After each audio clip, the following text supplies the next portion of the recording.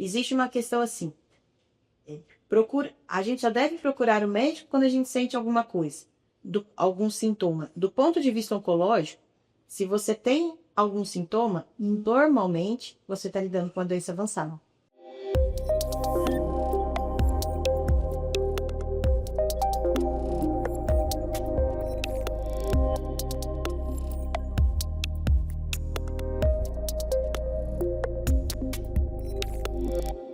Bom dia, boa tarde, boa semana.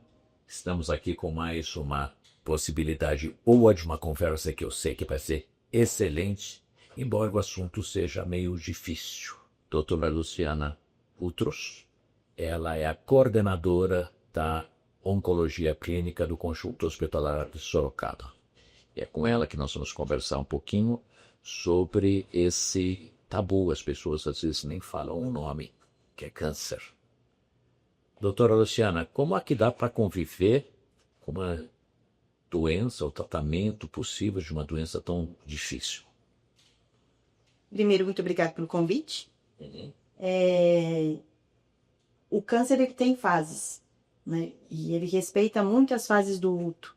Eu costumo dizer que para ter luto você não precisa ter morte, você precisa ter perda. Então, quando um paciente tem um diagnóstico de câncer, é como se naquele momento o chão saísse do pé dele. Até que ele encontre um profissional que vai dar a ele a explicação do que ele tem, quais são as possibilidades de tratamento, que aquilo não necessariamente é o fim da vida dele, que o câncer, o diagnóstico dele não é sinônimo de eu estou morrendo.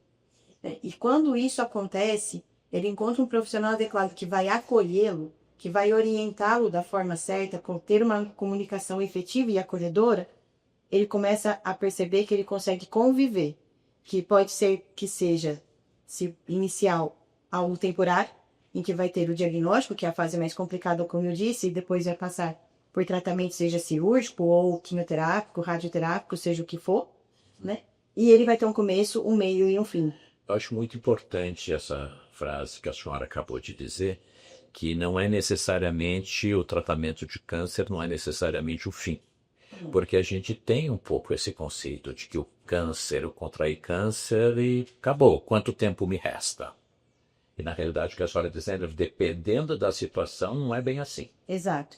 Antigamente, há bastante anos atrás, o câncer ele era um diagnóstico fadado à morte, porque muitos não tinham tratamento e nem possibilidade de tratamento. Antigamente nós não tínhamos rastreio, nós não falávamos de prevenção, a gente não tinha conhecimento e nem divulgávamos ele a todos. Então, as pessoas morriam subitamente. Ah, morreu de quê?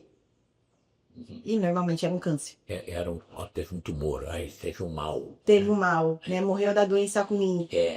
O tabu que o senhor Murilo falou a respeito de não proferir o nome, isso a gente vê até dias atuais. Temos muitos pacientes que falam, doutora, a doença, isso não me pertence, aquela coisa ruim. E a gente tem que respeitar isso para o paciente. Em questão de, ele só precisa saber o que ele tem, a forma que ele vai chamar, isso cabe a gente respeitar. Mas como a gente estava dizendo, antigamente a gente não tinha possibilidade de tratamento e não falava nem de rastreio nem prevenção. Hoje, o câncer ele tem diversas possibilidades de tratamento e mesmo quando um câncer é avançado, graças a Deus com o avanço da ciência, a gente conseguiu cronificá-lo. Ou seja, mesmo quando tem uma pessoa com uma doença metastática, avançada, elas ainda duram muito tempo com qualidade de vida. Então, não é uma procrastinação, né? É uma vida com vida. Então, vamos procurar entender de quem a senhora trata, a senhora e sua equipe aqui no CHS. Porque Conjunto Hospitalar de Sorocaba, muitos sabem, atende atende a 48 cidades.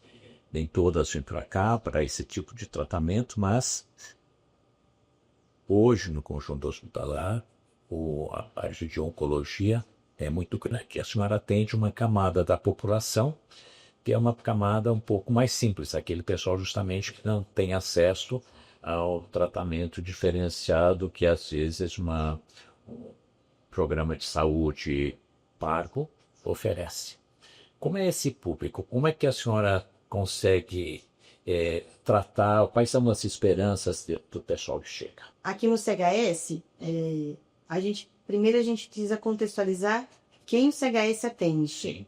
Então, diferente de várias outras unidades em que atendem pequenos grupos de câncer, aqui a gente atende todos eles. Ok. Então, a gente atende desde cérebro até pele. Então, a gente vê cabeça e pescoço, tórax, abdômen, mama, trato ginecológico, Linfoma. ortopedia, parte hematológica. Eu acho que sim. Então, a gente tem todas essas áreas. Então, é praticamente um pequeno ou um grande hospital de câncer. Exatamente. A gente não tem o nome, né, um hospital oncológico, mas temos dentro do conjunto hospitalar um grande serviço oncológico, em que a gente tem tanto os cirúrgicos, todas as especialidades cirúrgicas, cirurgia de cabeça e pescoço, cirurgia torácica, mama, oncogineco e diversas outras.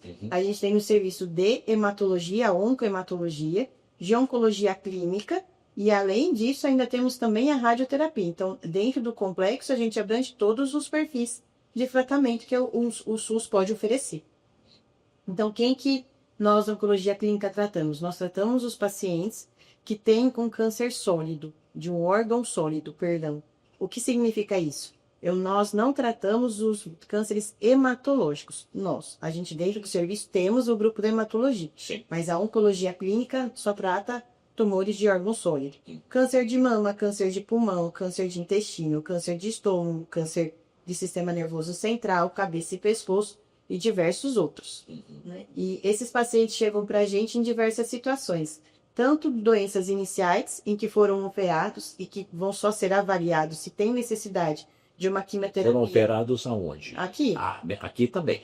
Eles podem vir operados de qualquer setor. Tá. Então, para que você chegue, para que um paciente oncológico chegue ao serviço de oncologia, Sim. ele precisa ter um diagnóstico oncológico. Tá. Então, a gente costuma dizer que ele precisa ter o resultado de uma biópsia. Tá. Certo? Então, ele tem que ter uma biópsia que diz para mim, tratar-se de um carcinoma. Então, se ele já foi operado na rede privada ou se ele foi operado em outro serviço público, mas depois foi referenciado para a gente não precisa necessariamente todo o serviço ser aqui dentro. Ele só precisa ter o diagnóstico. Então, quando ele chega para a gente, já com uma doença inicial que foi operada, a gente vai avaliar se ele precisa ter um complemento do seu tratamento. Ele vai fazer radioterapia, ele vai fazer quimioterapia, ou ele vai fazer apenas acompanhamento. E tem os outros casos de pacientes que chegam já com uma doença mais avançada, porém ainda com uma boa performance para se fazer um tratamento de quimioterapia ou de radioterapia, então passa a também ser acompanhados pela gente.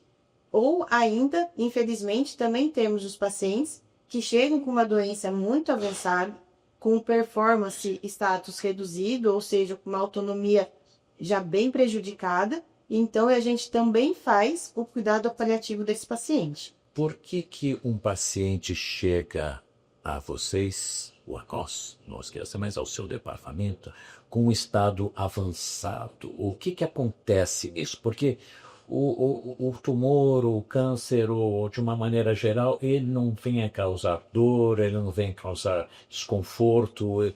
Por que muitos chegam tarde? Eu acho que essa resposta vai ter muitos viés. Tá.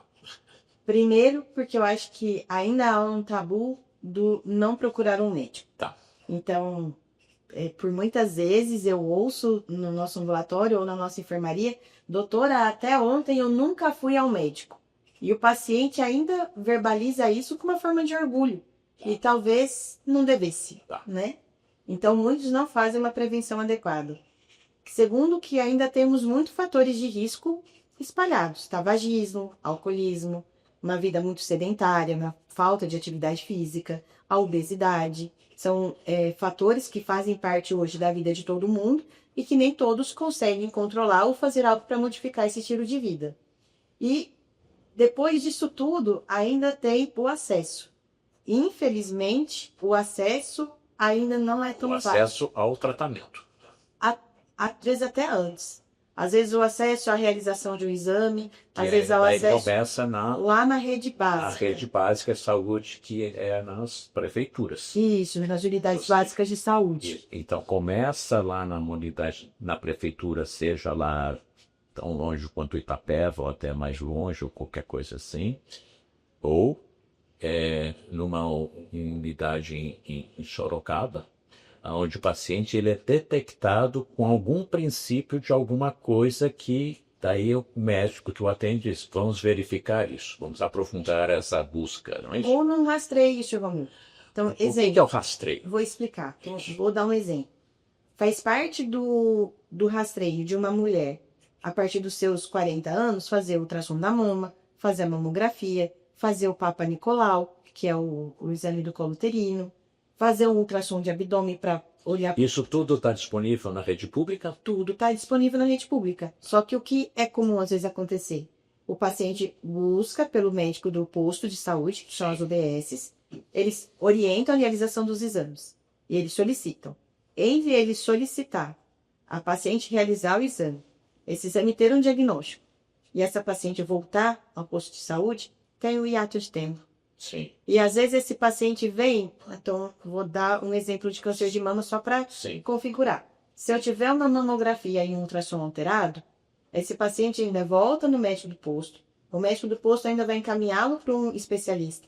Para daí o especialista pedir um próximo exame, que é a biópsia, para depois, então, da biópsia, se tomar a decisão de vir para um serviço especializado, no caso da gente, para então começar o seu tratamento, seja ele cirúrgico ou não, seja ele com quimioterapia, rádio, não importa.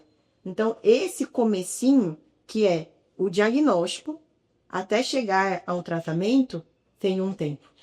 E o que eu já observei também, conversando com pacientes ou conhecendo casos, é que quando chega, às vezes, já no serviço básico de saúde, muitas vezes já está no estado avançado também. Sim. Então, já perdeu muito tempo por, como a senhora falou, às vezes fuma, tem aquela bronquite, ou tem aquela tosse, ou tem alguma coisa ali na questão. Ou no caso dos homens, por exemplo, homens dificilmente vão fazer os exames de próstata como deveriam fazer. Sim.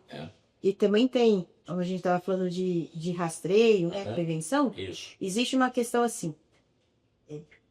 A gente já deve procurar o médico quando a gente sente alguma coisa, algum sintoma. Do ponto de vista oncológico, se você tem algum sintoma, normalmente você está lidando com a doença avançada. Nós vamos parar por aqui nesse momento, então um corte, e daí nós continuamos na segunda faixa em seguida. Obrigado.